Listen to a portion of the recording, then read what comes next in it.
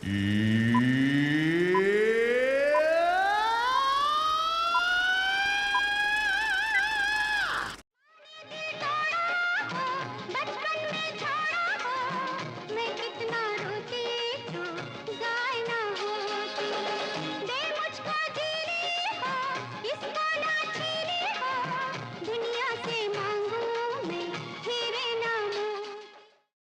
welcome to the first podcast, and we really don't know how to go about this, but let's see. Let's see if we can figure our way around this, right? So, the first topic, obviously, since it still is the month of March, and while we are recording this, it's still the month of March, and March was really big for Maharashtra.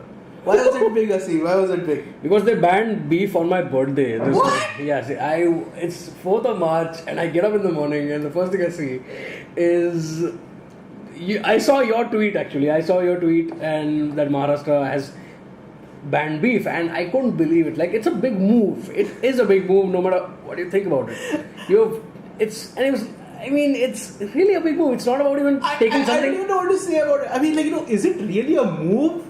This is not even about taking something off our plates, okay? This is just, It's big. It's big. You are taking the hide industry. You're taking I don't know how many animal husbandry industries are related to this. I have no clue. But the funniest shit was how some of the food bloggers and all the food sellers reacted to this. Like suddenly, they're like, oh shit, हमें खाने को नहीं मिलेगा, bencho the कल पड़ गया beef का, अभी क्या होगा can't do like. That the cosmetic complaints were also fodder for the saffron brigade. They were like, they were tweeting, "Hey, देखो ऐसे ही लोग होते हैं." Which is kind of funny. Imagine, this is what the saffron brigade must actually be thinking about. Imagine how sadistic they are. They see people's outrage and they must be wanking to. So that's the thing. I mean, that's what I want to talk about. I mean, half of these complaints were based on the meals which even we can't afford, Yeah.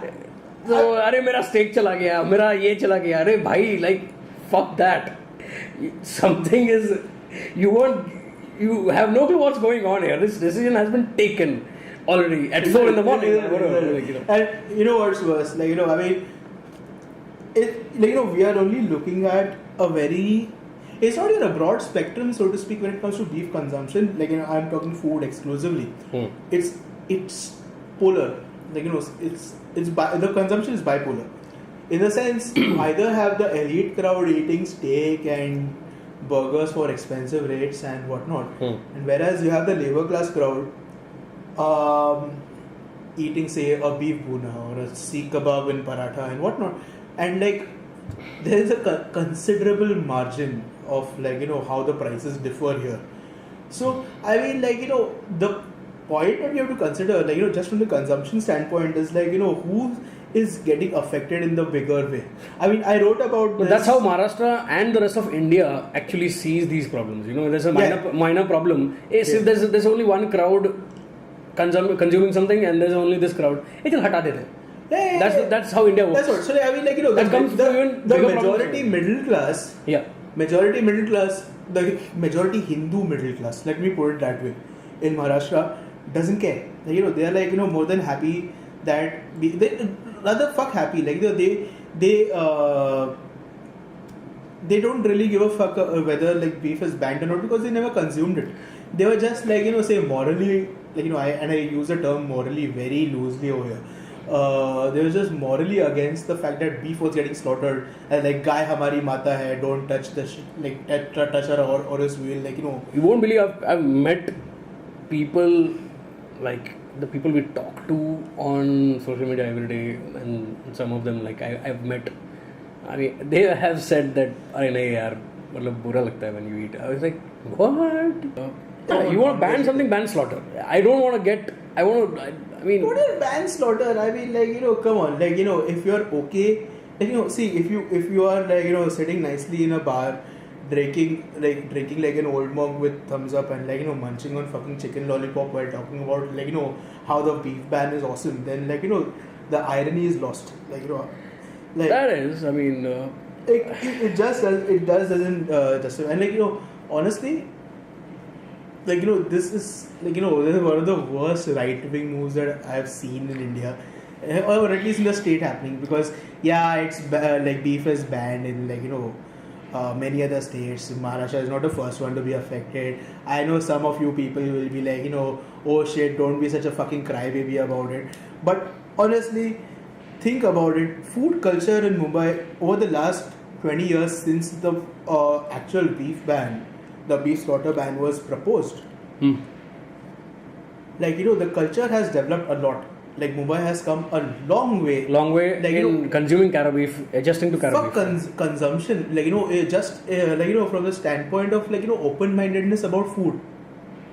Like, beef is just a fragment of that. And right now, you're going against that culture. You're trying to curb that culture.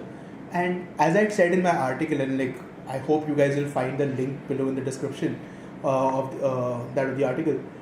Guys, you have to read the article. It's one of the most really, I mean, it's one of the most beautiful things written by Gastronazi's team and by Gaurang actually, obviously. And it's really incisive. It's straight to the point. It covers every damn issue that you have ever heard of on the beef ban. It's to the point. Please have a read. Asim is a great hype man. Let me just put it again. So yeah, coming back. So like in the article, like I've already mentioned, like it's really pathetic what these guys are doing right now. I wonder. I forgot something to say something. When you say that we have developed a culture, and this is when you making such a move, it's destroying it. They do not even. The government does not even view it. Okay, from that point, a culture destroyer. They do not. I am afraid of Khajuraho being destroyed tomorrow. Right? Yeah. Right now, they will call it कि ये हमारा है ही नहीं. ये एक fringe Hindu cult था जिन्होंने बांधा. And they will destroy it. This does not happen. How ironic is that? Like for if this ever happens and they blame a fringe Hindu cult, it's very funny because like the center's ideology is guided by fringe Hindu cults. Yeah. Like so. You know what? So they don't look at this as a food culture. They don't look at this as they don't look at this as a हम लोग कुछ हटा रहे. We're killing something.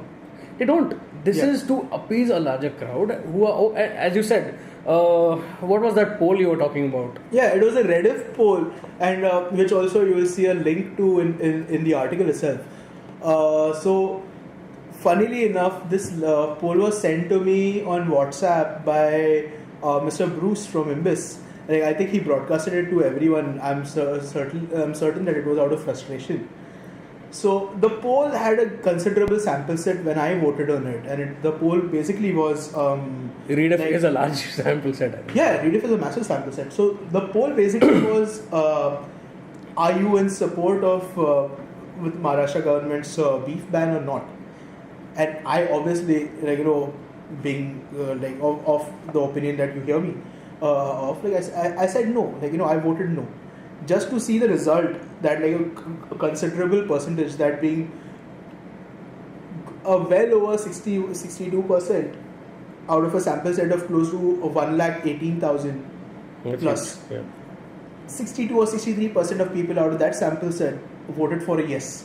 So it reflects a lot on two things. What is like what is the background of our middle class demographic who's actually going for voting for these polls. B is that like how quickly we are to judge. In the sense, we are very like we just look at it from a consumption standpoint. Say, oh, मैं beef नहीं खाता, मैं Hindu, I feel offended. That's why I'm not going to do it. That's why I'm against it. So I'll immediately hit no. Hit yes in this case. The point is, like there are bigger issues here. Asim, like say for instance, people's livelihoods, which is the massive concern. Which the government is not really giving any. We are a bully. Our government is a bully, and we really don't care who gets affected in this. So absolutely. Like I mean, you know what? I mean, like I don't know what the stats are. I don't know whether I have never heard of this. I don't have any rock solid evidence for this, but I've heard that like certain communities were trying to get Devanar off the charts from a long It was VHP. VHP was trying to get Devanar off the charts, and like I think they even got like a certain paper signed from the High Court for it, which is kind of sad. Which is kind of pathetic. They have no clue how much beef or pig skin they are having, or pig fat in their dairy products, man. They have no clue. Bubblegum has gelatin in India. Yeah, I'm like, I wonder how these same guys feel carrying their leather briefcases and like wearing their leather belts and all that. I think a similar point about it was raised. So it's more even hypocritical then. The funny thing is like I think you will remember this better than hypocritical because I'll use leather, but I don't want the slaughterhouse in Maharashtra. वो कहीं और रख दो. So we'll use imported fucking Italian leather and all that kind of stuff. Like, it's not done here, so like, we are safe. The thing is, there is this ideological dilution, so to speak, because like, we are conveniently saying, okay, this is alright, but eating it, like, say leather is alright, but consumption, like eating it is wrong. So I don't know how the leather industry in India is getting affected by it, but most certainly, like, a lot of these people are not going to be okay with it, like, considering they have leather shoes to wear and like and all that. I have a few people whose parents are owners of the tanning industry. They actually own, yeah. So what, we should actually get some of them to talk about this. Like, maybe like a small. So that's what I'm getting at. Maharashtra is one of the largest givers of revenue in terms of service tax and many other taxes, and that is the exact right now the beef ban happened because the beef industry and the slaughter industry is the antithesis of the service tax industry. So the money that was coming from the slaughter industry is not as much. So they didn't, the decision to ban it wasn't that difficult, maybe. I think which is exactly, which is why, like, I mean, the money is not too big, but then again, like, when I wrote the article, suppose the money was big. Suppose the money was big, and appeasement mattered. Then that's even a disturbing more. That's even a more disturbing fact. Yeah, you know what? Ironically, like this topic, the same discussion about eating beef and leather and whatnot, and even to an extent caste-related marginalization was not a recent one to be raised in popular media. If you remember correctly, and I'm certain you do particularly, Asim, this topic was also raised in Chachi 420. Yeah. I know. Like when it's the first movie to have the beef issue. Yeah, the last scene. That when I had seen it as a kid, I was like, shit, it makes sense, man. It does.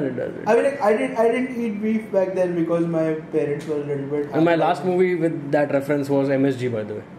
Yeah.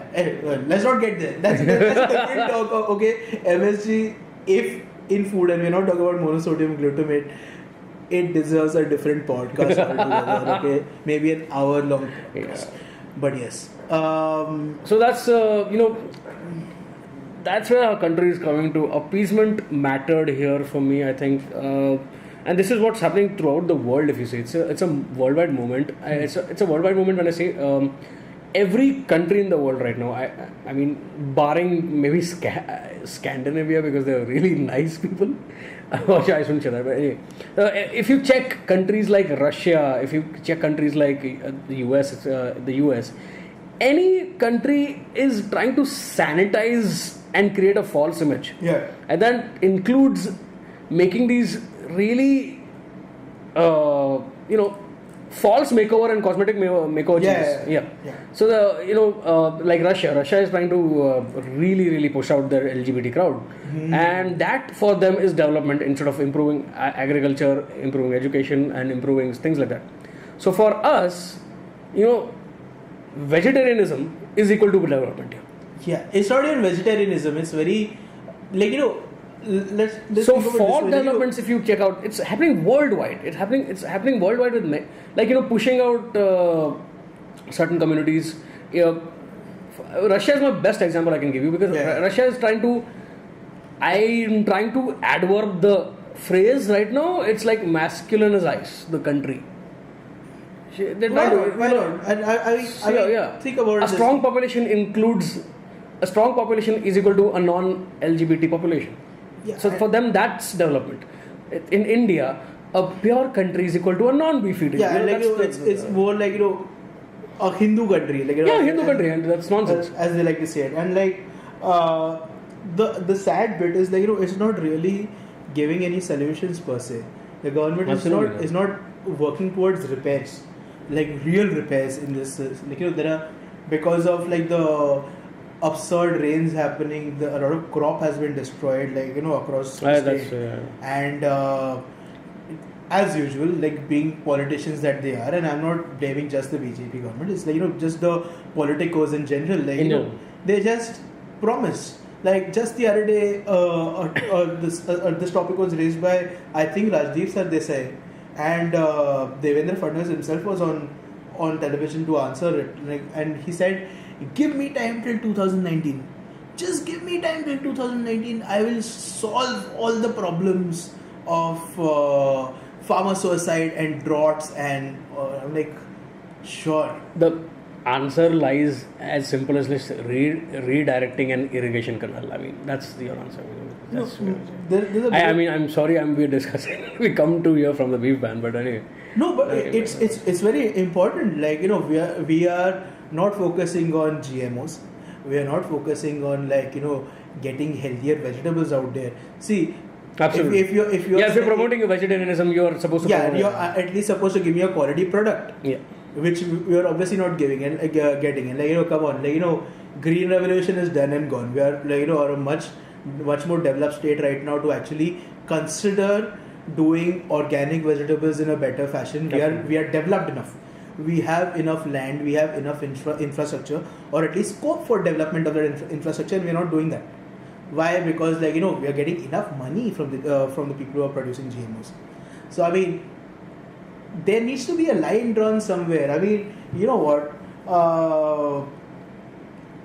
Like, you know, I was just being a reactionary. Like, you know, when the beef ban happened, and I said, like, you know, I'm not going to get. No, that's okay. I mean, everybody Still. was. I mean, the first thing that comes to your mind when you think of the word beef ban is livelihoods. I live next to a guy who is surviving on his signature dish. This is I live in Mahim, and I'm talking about Sneha. Most of you guys, I think, are familiar with the beef chili, and the beef chili is awesome. Oh, talk about the irony of Sneha, man. I mean, like, that was like. The irony of Sneha is the guy wins the best beef in Asia award. Yeah, the best beef dish in Asia award, and Beef is gone. Beef is back. And beef is What's gone. up? And it's the same. Like this is confirmed that the beef is not there anymore on the menu. I'm not kidding. Confirmed, Yeah, confirmed. So a friend of mine, when he got the award, actually called up and said, "Aapne paas beef nahi hai abhi." And he exactly talks like that. If you And tell me, like, you know, how pathetic is that? We are over here. There is one dish that is most certainly becoming almost like a cultural representation of what Mumbai's food culture is.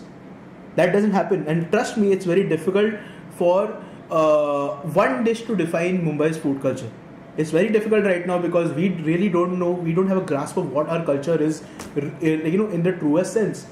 And that one dish is not on the menu now. No. So.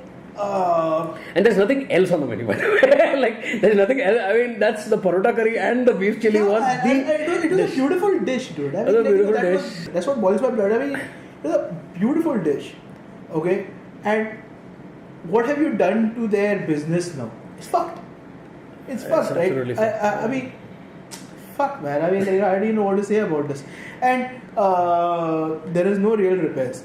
People are getting running out of jobs and businesses, and the government is not giving a solution. I mean, like, you know, I come from a background where when my boss, like, you know, and I respect him like loads, he used to tell me, like, you know, if you're coming to me with a problem, make sure you're also coming to me with a solution.